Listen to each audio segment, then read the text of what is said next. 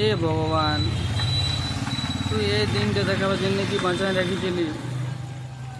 মানুষ কি মানুষের পাশে দাঁড়াচ্ছে না কেন বন্য?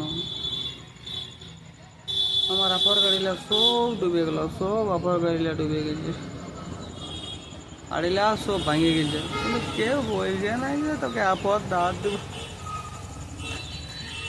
গোটা গায়ের লোককে বুঝালি, কেউ বলছে না আপদ দাঁত দেবো, আর কেউ বলছে না তোর গাড়িলা বানান দেবো।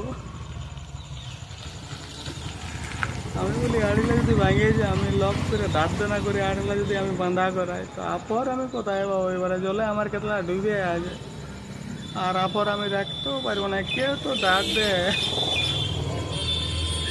আমার সব কুটুম বন্ধুর কাছে আমার হাত জোর করে রিকোয়েস্ট, বাবা আমাকে দুই এক আঁটি করে আপর দাঁত দিবি, না তো আমি কি লাগাবো? আমার কেতলা তো কিলেই থাকবে, সব ক্ষেত কিল থাকবে।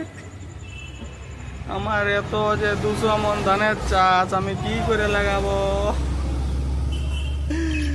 আমার সব কিল থাকবে, কেতলা সব আপর গাড়িলা ডুবে গেছে, পচে গেল। ধানলা কিনে ধান বিচ্ছিল, বাবরে সেরা ছিল, হাজারও আনছিল, ললাট ছিল, সব পচে গেল একদম, বাপরে বাপ। সব কিনে ধান ছিল আমার, সব কুটুম বন্ধুর কাছে আমার রিকোয়েস্ট করে বলছি, একটুকু আমাকে আপদ দুই একাটি করে দাঁত দিবি, যেমন আমার লাগাটা হয় নাই তো কেতলা আমার একদম বেকার হয়ে যাবে, জল বইবে জল।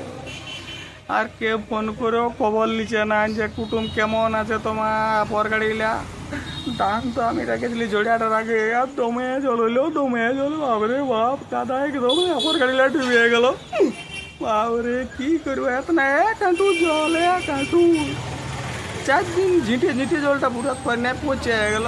সে তোমার যত দাম দিচ্ছিল সব পচে গেল, বাপরে বা।